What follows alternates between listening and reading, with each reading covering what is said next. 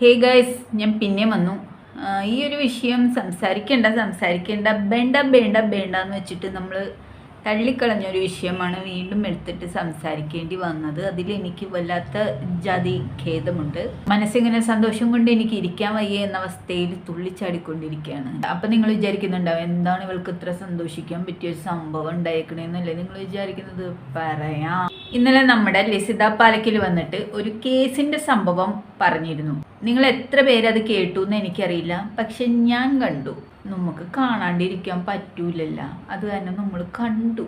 അതിനു ബദലായിട്ട് നമ്മുടെ പാലക്കൽ തള്ളേനെ തെറി വിളിച്ചുകൊണ്ടൊക്കെ വന്നിട്ടുണ്ട്. അത് നമ്മൾ കാര്യമാക്കുന്നില്ല. മുടിയില്ലാത്തത് ഒരു കുറവാണോ? ഹേ, തലയിലെ ഒരു രോമമല്ലേ പൊഴിഞ്ഞു പോയുള്ളൂ. നമ്മൾ വെറുതെ വിഗും വെച്ച് സ്റ്റൈലും കാട്ടി നടന്നിട്ട് എന്താ കാര്യല്ലേ? അമ്മായി ഒരാളെ കുറ്റം പറയുമ്പോൾ നല്ല നല്ല നല്ല കാര്യങ്ങൾ, അതിന് പറ്റിയ കാര്യങ്ങൾ എടുത്തോണ്ട് എന്ന് പറയണം. അല്ലാണ്ട് തലയിൽ മുടിയില്ല, രോമമില്ല, അതില്ല ഇതില്ല, എന്തോന്നാണിത്?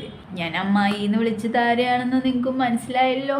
ഒരു ബസ് സ്റ്റാൻഡ് കക്കൂസ് നമുക്കുണ്ടായിരുന്നു. ഈ ബസ് സ്റ്റാൻഡ് കക്കൂസിനെ പറ്റി വീഡിയോ ചെയ്യണ്ടെന്ന് 100 വട്ടം ഇങ്ങനെ കരുതിയിരുന്നതാണ്. എന്തിന് വേസ്റ്റ്? എന്നോട് പലരും ചോദിച്ചു, നിനക്ക് വേറൊരു പണിയില്ലേ? ഇത്തരം ഊളകളുടെ പുറകെ നടന്നിട്ട് നിന്റെ സമയം കളയണോ? നമ്മ കൊടുത്ത കേസ് കോടതി ഫയലിൽ സ്വീകരിച്ചു കൂട്ടാ. അപ്പൊ ഡബിൾ സന്തോഷാണ്, ഇരട്ടി മധുരം. ആരെങ്കിലും എനിക്കൊരു ഡയറി മിൽക്ക് വാങ്ങി തന്നോളൂ കേട്ടാ. നീ വാങ്ങിത്തരാൻ പറ്റിയില്ലെങ്കിൽ ഡയറി മിൽക്കിനുള്ള പൈസ എനിക്ക് ഗൂഗിൾ പേ ചെയ്താലും മതി. സന്തോഷം വരുമ്പോൾ മധുരം കഴിക്കണം എന്നല്ലേ? ഭയങ്കര സന്തോഷം തോന്നുന്നു, ഇരട്ടി മധുരം. ഹൃദയം ഇങ്ങനെ തുള്ളി തുള്ളി തുള്ളി ചാടിക്കളിക്കുന്ന ഒരവസ്ഥയിലാണ് ഇപ്പം ഞാൻ ഇരിക്കുന്നത്. ഞാൻ പറയുന്ന സന്തോഷ വർത്തമാനത്തിനോടൊപ്പം ഒരു മധുരം കൂടി പങ്കിടണമെന്നാണ്. അപ്പം ആർക്കെങ്കിലും മധുരം പങ്കിടണമെന്ന് ആഗ്രഹമുണ്ടെങ്കിൽ ഒരു 40 രൂപയുടെയെങ്കിലും ഒരു ഡയറി മിൽക്ക് വാങ്ങിക്കാനുള്ള ക്യാഷ് എൻ്റെ ഗൂഗിൾ പേയിൽ അയച്ചോളൂ.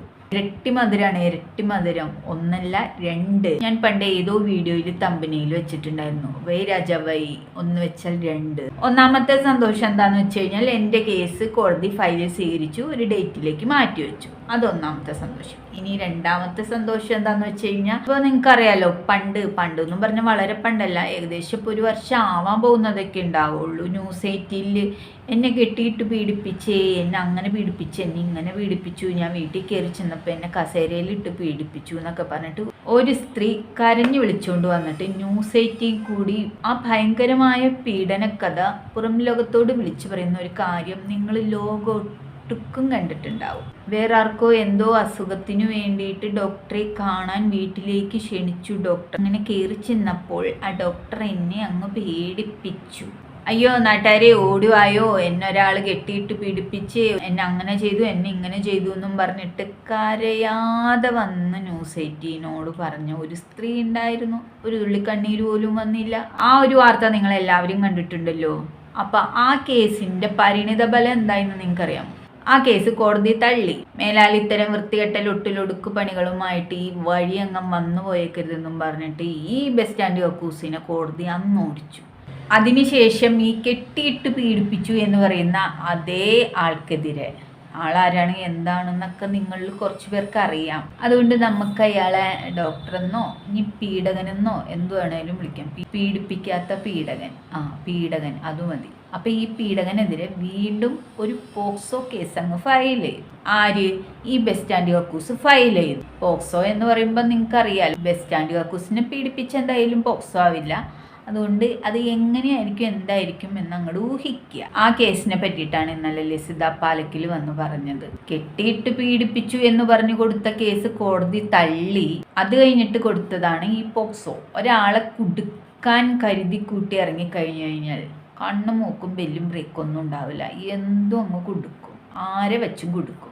അത്തരം ഒരവസ്ഥയിലാണ് ആ വൃത്തികെട്ട ബസ് സ്റ്റാൻഡ് കക്കൂസ് ജന്തു നിൽക്കുന്നത്. ആ ഒരു പയ്യനെ എത്രത്തോളം ബുദ്ധിമുട്ടിക്കാൻ പറ്റുന്നോ അത്രത്തോളം ഈ സ്ത്രീ ബുദ്ധിമുട്ടിച്ചിട്ടുണ്ട്. എന്തിൻ്റെ പേരിൽ?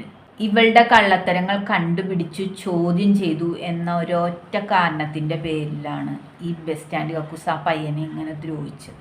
അത് പിന്നെ ഒരു സ്ത്രീക്കും പുരുഷനും ഇഷ്ടമാണ് ഈ പരസ്പര സമ്മതത്തോടെ എന്തെങ്കിലുമൊക്കെ നടന്നതൊക്കെ വെറും. അങ്ങനെ നടന്ന കാര്യങ്ങൾ കുറച്ച് കഴിയുമ്പോൾ പീഡനാക്കുന്നത് ശരിയാണോ കൂട്ടുകാരെ? നിങ്ങൾ പറയും, ഇങ്ങനെയൊക്കെ ചെയ്യാമോ, ഇങ്ങനെയൊക്കെ പറയാമോ, നമ്മൾ നാളെയും കാണണ്ടേ? അതാണ് അങ്ങനെ നമ്മുടെ ഈ ഡോക്ടർ പീഡകനെ കൊടുക്കാനായിട്ട് ഈ ബസ് സ്റ്റാൻഡ് കക്കൂസ് വീണ്ടും ഒരു പോക്സോ കേസ് അങ്ങ് ഫയൽ ചെയ്യാണ്. എന്താല്ലേ, ഒരാളെ തകർക്കാൻ വേണ്ടി, അട്ടപ്പടലം തകർക്കാൻ വേണ്ടിയിട്ട് ഏതറ്റം വരെ പോവുക. ആ സ്ത്രീയുടെ ആ ഒരു നിശ്ചയദാർഢ്യം നിങ്ങളൊന്ന് ഊഹിച്ചു നോക്കിയേ. ഇത്രയും വൃത്തികെട്ട മനസ്സുള്ള സ്ത്രീകൾ ഉണ്ടല്ലോ നമ്മുടെ സമൂഹത്തിൽ എന്നാണ് ചിന്തിക്കുന്നത്. ആർക്കും നന്മ ചെയ്യാൻ നമുക്ക് കഴിഞ്ഞില്ലെങ്കിൽ കൂടിയും മറ്റുള്ളവരെ ഉപദ്രവിക്കാണ്ടിരിക്കുക കാരണമില്ലാതെ. അതാണ് എൻ്റെ പോളിസി. കാരണമില്ലാതെ നമ്മളെ കൊണ്ട് മറ്റൊരാൾക്ക് ഉപദ്രവം ഉണ്ടാകാൻ പാടില്ല, അല്ലേ? അതല്ലേ അതിൻ്റെ ശരി. എന്തുതന്നെയായാലും അയാൾക്കെതിരെ കൊടുത്ത പോക്സോ കേസ് ഹൈക്കോടതി അങ്ങ് സ്റ്റേ ചെയ്തു, എന്നുവെച്ചാൽ തള്ളി. അപ്പോൾ ഒരു പോക്സോ കേസ് ഹൈക്കോടതി തള്ളണമെങ്കിൽ, സ്റ്റേ ചെയ്യണമെങ്കിൽ എന്തായിരിക്കും കാരണം? നേരത്തെ പീഡന കേസിൽ കോടതി പറഞ്ഞ പോലെ ഇത്തരം വൃത്തികെട്ട കേസുകളുമായിട്ട് ഹൈക്കോടതിയിലോട്ട് കയറിപ്പോകരുതെന്ന് വാൺ ചെയ്തിട്ടുണ്ട് കോടതി. അതിനാണ് അമ്മായിൻ്റെ ഭർത്താവ് മൊട്ടയാണ്, മുടി വെച്ച് കൊടുത്തൂടെ, അപ്പടിയാണ് ഇപ്പടിയാണ് മുടി വയ്ക്കാൻ താല്പര്യമില്ലെങ്കിൽ വേണ്ടടോ. ആർക്കാ നിർബന്ധം? നിനക്കല്ലേ ഇപ്പൊ നിർബന്ധം. നിങ്ങൾ എത്ര പേര് ഈ പോക്സോ കേസിന്റെ കാര്യം അറിഞ്ഞു എന്ന് എനിക്കറിയില്ല. ഒരു പോക്സോ കേസിലൊക്കെ പെട്ടുപോയി കഴിഞ്ഞാണ്ടല്ലോ അവന്റെ ജീവിതം തെറ്റ് ചെയ്യാത്തവനാണെങ്കിൽ നിങ്ങളൊന്ന് ആലോചിച്ച് നോക്കി. അപ്പം ഇതിൽ നിന്ന് നമ്മൾ മനസ്സിലാക്കേണ്ടത് സത്യത്തിൻ്റെ ഭാഗത്താണ് എന്നും വിജയം ഉണ്ടാവുള്ളൂ. കള്ളങ്ങൾ കൊണ്ട് നമുക്ക് ഒരുപാട് കോട്ടകൾ പണിതുയർത്താം. പക്ഷെ ഒരു നാൾ ഈ കോട്ടകളൊക്കെ തകർന്നു വീഴും, കള്ളങ്ങൾ പൊളിയും, സത്യം മറനീക്കി പുറത്തു വരും.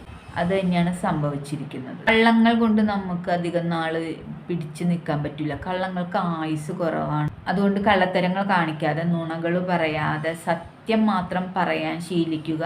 നമ്മളും ശീലിക്കുക, നമ്മുടെ തലമുറകളെയും ശീലിപ്പിക്കുക. സത്യസന്ധമായിട്ട് ജീവിക്കുക. നമ്മുടെ ജീവിതത്തിൽ ഒരു നേരുണ്ടെങ്കിൽ ആദ്യത്തെ കഷ്ടപ്പാട് നോക്കണ്ട, പിന്നെ എല്ലാം നമ്മുടെ കൂടെ ആയിരിക്കും. ഈ ചതിച്ചും വഞ്ചിച്ചും നേടിയ സ്വത്തുക്കളൊന്നും നിലനിൽക്കൂല എന്നുള്ളൊരു കാര്യം നിങ്ങൾക്ക് എത്ര പേർക്ക് അറിയാമെന്ന് എനിക്ക് അറിഞ്ഞൂടാ. പക്ഷെ അതിൻ്റെ സത്യാവസ്ഥ എങ്ങനെയാണ്? നമ്മൾ കട്ടും വഞ്ചിച്ചും മോഷ്ടിച്ചും ഉണ്ടാക്കിയ ആ ഒരു സമ്പത്ത് നിലനിൽക്കൂല. പക്ഷെ നിങ്ങൾ ഇന്നേ വരെ കഷ്ടപ്പെട്ടിട്ടാണോ കടന്നു വന്നിട്ടുള്ളത്? നിങ്ങൾ കരഞ്ഞു വിഷമിച്ച് കഷ്ടപ്പെട്ടു വന്ന ഒരു വ്യക്തിയാണോ? ഇപ്പോഴും കഷ്ടപ്പെട്ടുകൊണ്ടിരിക്കുന്ന ഒരു വ്യക്തിയാണോ? തീർച്ചയായിട്ടും നിങ്ങളുടെ കഷ്ടപ്പാട് ദൈവം കാണും, അതിനൊരു പ്രതിഫലം തരും. ഇതുപോലെ ആൾക്കാർക്കിടെ മെക്കിട്ട് കയറാനും പറ്റിക്കാനും മൂഞ്ചിക്കാനും തട്ടിക്കാനും ഒക്കെ നടന്നാലേ ഇതായിരിക്കും അവസ്ഥ. കൊടുത്ത ഏതെങ്കിലും ഒരു കേസ് വിജയിച്ചിട്ടുണ്ടോ? എല്ലാം കള്ളക്കേസുകളായിരുന്നില്ല. അതുകൊണ്ടല്ലേ കോടതി സ്റ്റേ ആക്കിയത്? ഒരു പോക്സോ കേസ് ഹൈക്കോടതി സ്റ്റേ ആക്കണമെങ്കിൽ എന്തായിരിക്കും കാരണം എന്ന് നിങ്ങൾ തന്നെ ചിന്തിക്കുക. അമ്മായിക്ക് നല്ല വിഷമമുണ്ട് ഉള്ളിൽ, പക്ഷെ പുറത്ത് കാണിക്കാൻ പറ്റൂല. കരയുന്നുണ്ടെങ്കിലും പുറത്ത് വെല്ലുവിളിയാണ്, വെല്ലുവിളിയോട് വെല്ലുവിളിയാണ്. വെല്ലുവിളിച്ചിട്ട് നേടിയതൊക്കെ കണ്ടല്ലോ. അങ്ങനെ വേണം, വെല്ലുവിളി കുറയ്ക്കാൻ പാടില്ല. വെല്ലുവിളിയുമായിട്ട് തന്നെ നമ്മുടെ ജീവിതം മുന്നോട്ട് പോകണം. പാലക്കൽ തള്ളയുടെ ഹസ്ബൻഡിന്റെ അവിടെ മുടിയില്ലെങ്കിൽ നിന്റെ മുടി കുറച്ച് കൊടുക്ക്. പാലക്കലിന് ഇല്ലാത്ത വിഷമാണല്ലോ നിനക്ക്, കുറച്ചങ്ങടുത്ത് കൊടുക്കടി. അല്ലടി, നീ വായ തുറക്കുമ്പോ ഈ കുനിഞ്ഞ് നിൽക്കണ കാര്യം പറയുന്നത് എന്താ? പണ്ടേ കുനിഞ്ഞു നിന്ന ശീലം ഇല്ലയോ? നീ പോയി നല്ലോണം കുനിഞ്ഞു നിന്ന് കുമ്പിട്ട് നിന്ന് നേടിയ കഥകളൊക്കെ മറ്റുള്ളവരുടെ പുറത്തേക്ക് ഇങ്ങനെ വെച്ച് കിട്ടുന്നത് ശരിയാണോ? നന്നായി കുടറി. ഇങ്ങനെയൊക്കെ പറയാമോ, ഇങ്ങനെയൊക്കെ ചെയ്യാമോ? നമ്മൾ നാളെയും കാണണ്ടേ?